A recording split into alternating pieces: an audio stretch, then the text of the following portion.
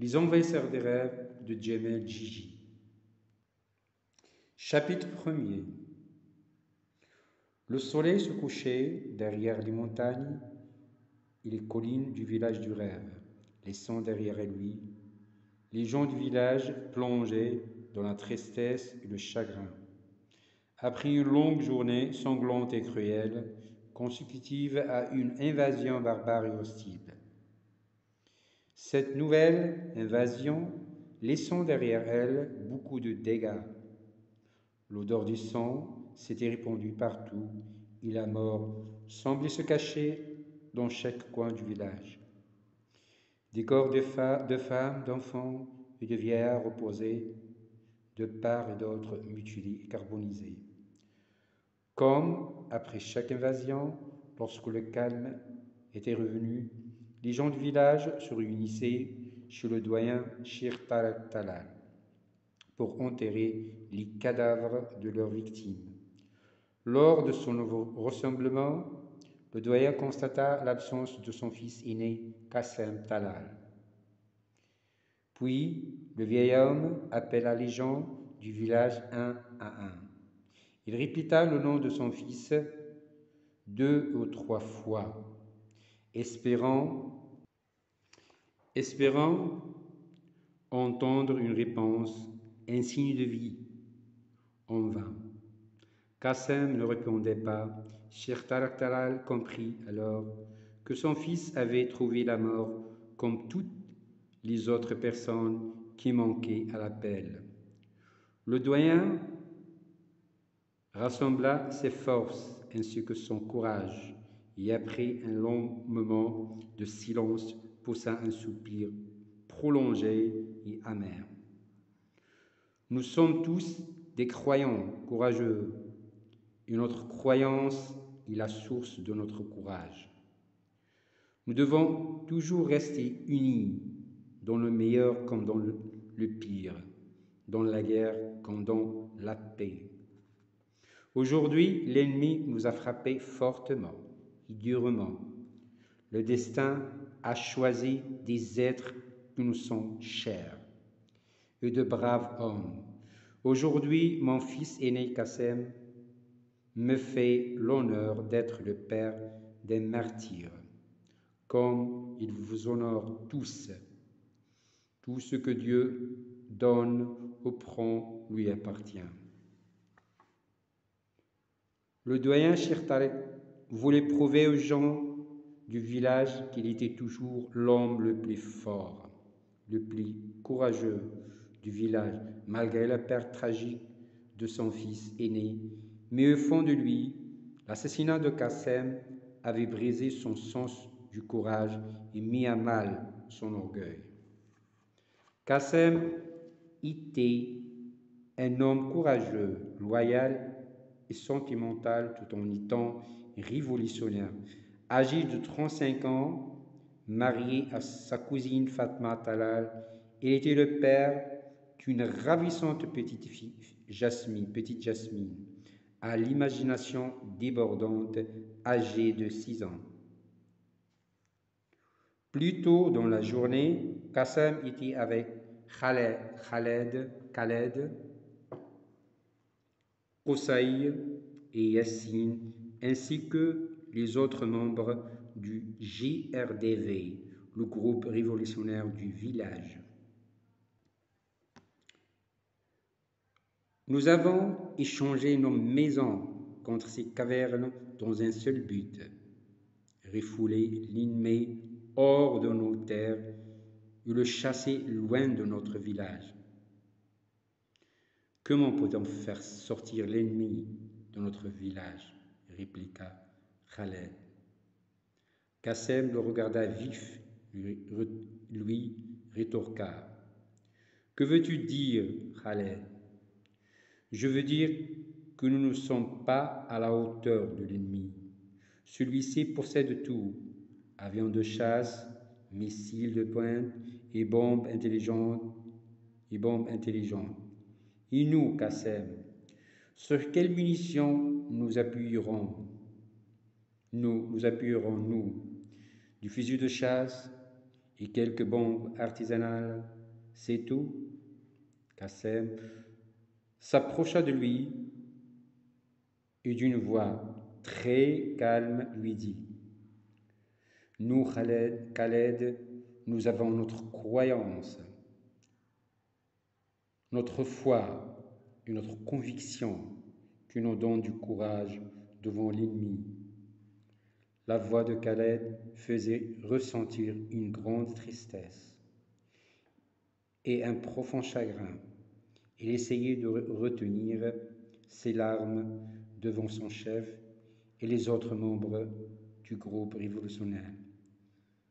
Vous savez tous que mes 4 enfants sont morts sous mes yeux lors d'un de ces raids barbares, sans que je puisse les défendre ni avec ma foi, ni avec mon fusil de chasse. Dites-moi pourquoi êtes-vous parmi nous, si vous n'avez ni foi ni conviction, répliqua Qassem, à voix haute, sans pouvoir se contrôler. Brisé par l'émotion, Khaled fixa Qassem droit dans les yeux. Il lui répondait, les yeux rougis par les larmes. Après l'assassinat de mes enfants, j'ai suivi un seul chemin et un seul but, celui de la vengeance. Mais avec ces munitions, je crois que je ne pourrai jamais atteindre mon but. Qassem lui tapota l'épaule et lui dit: On partage tous ta profonde douleur. Je ressens ta souffrance, mais crois-tu que tu es le seul touché par cette guerre injuste? Nous sommes tous dans la même situation. Moi, par exemple, avec ma fille Jasmine. Khaled fixa de nouveau le visage de Qassem et lui demanda le regard grave. Mais qu'y est-il arrivé à notre fleur Jasmine? Qassem prit une forte respiration et dit: Ma pauvre Jasmine est devenue presque folle. Yassine sursauta. Comment ça? Depuis l'assassinat de son amie Sarah Suidani, sous ses yeux, à l'école de liberté, Jasmine croit que la paix, la guerre, l'embargo ainsi que les forces du mal sont des êtres humains comme nous. Ahmed, l'intellectuel du village, s'approcha de Qassem, lui serra les mains et lui dit: Ne t'inquiète pas trop pour l'état de ton enfant. Ce ne sont pas les signes d'un dérèglement mental. Et qu'est-ce que donc? Comment peux-tu expliquer son état? On appelle cela l'imagination approfondie. Jasmine veut s'enfuir de son monde et rejoindre un monde imaginaire qu'elle construit toute seule. Dans son imagination, elle crée un monde sain où il n'y a ni guerre, ni embargo, ni force du mal. Je pense que j'ai mal analysé l'état de mon enfant. Merci Ahmed de m'avoir expliqué cela. Je t'en suis vraiment reconnaissant. Qassem lui tapota sur les épaules. Le calme régna encore une fois au cœur de la caverne pendant un quart d'heure.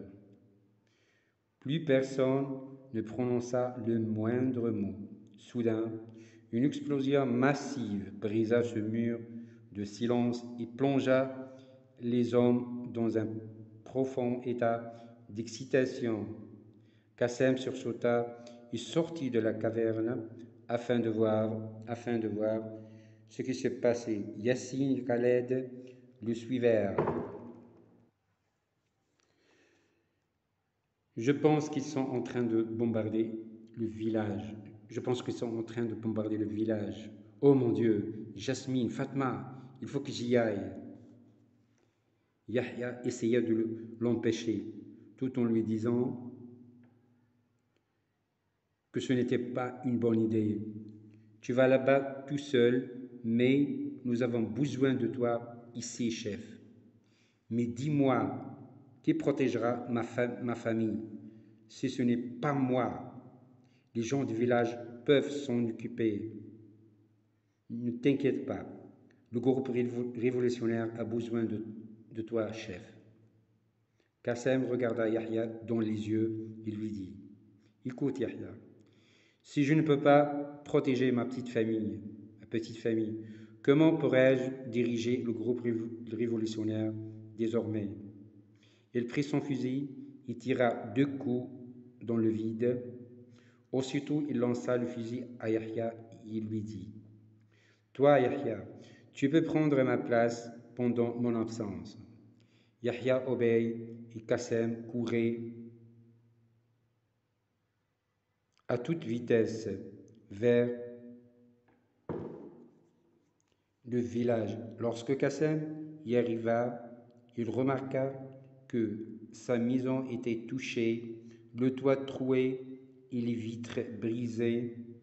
Jasmine et sa maman étaient allongées sous un canapé, saines et sauves. Qassem cria.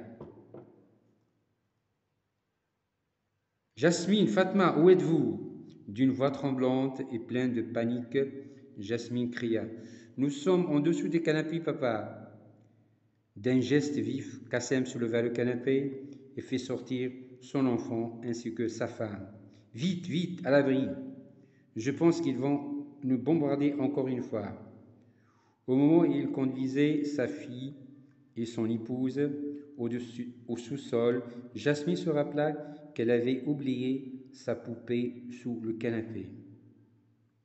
Papa, s'il te plaît, peux-tu retourner à la maison et me rapporter ma poupée que j'ai laissée sous le canapé? S'il te plaît, papa, je crains qu'elle meure de peur, toute seule.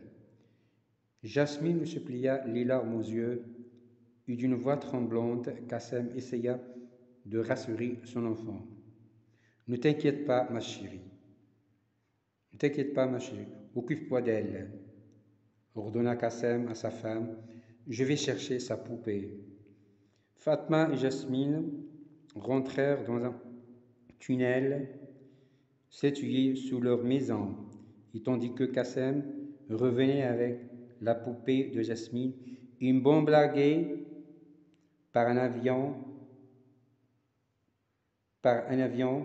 d'ennemi s'abattait tout près de lui.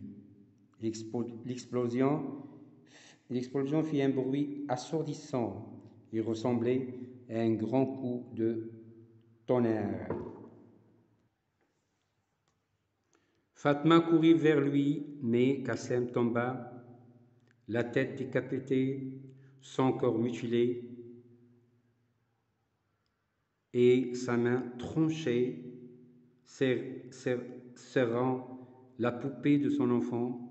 La silhouette de Qassem tomba devant les yeux de sa femme et son enfant comme une poupée sanglante venue d'une effroyable scène de film d'horreur.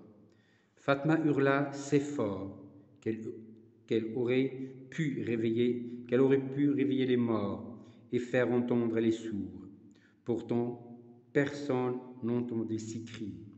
Tous les hommes du village se cachaient dans leur abri comme des lapins habités par la peur.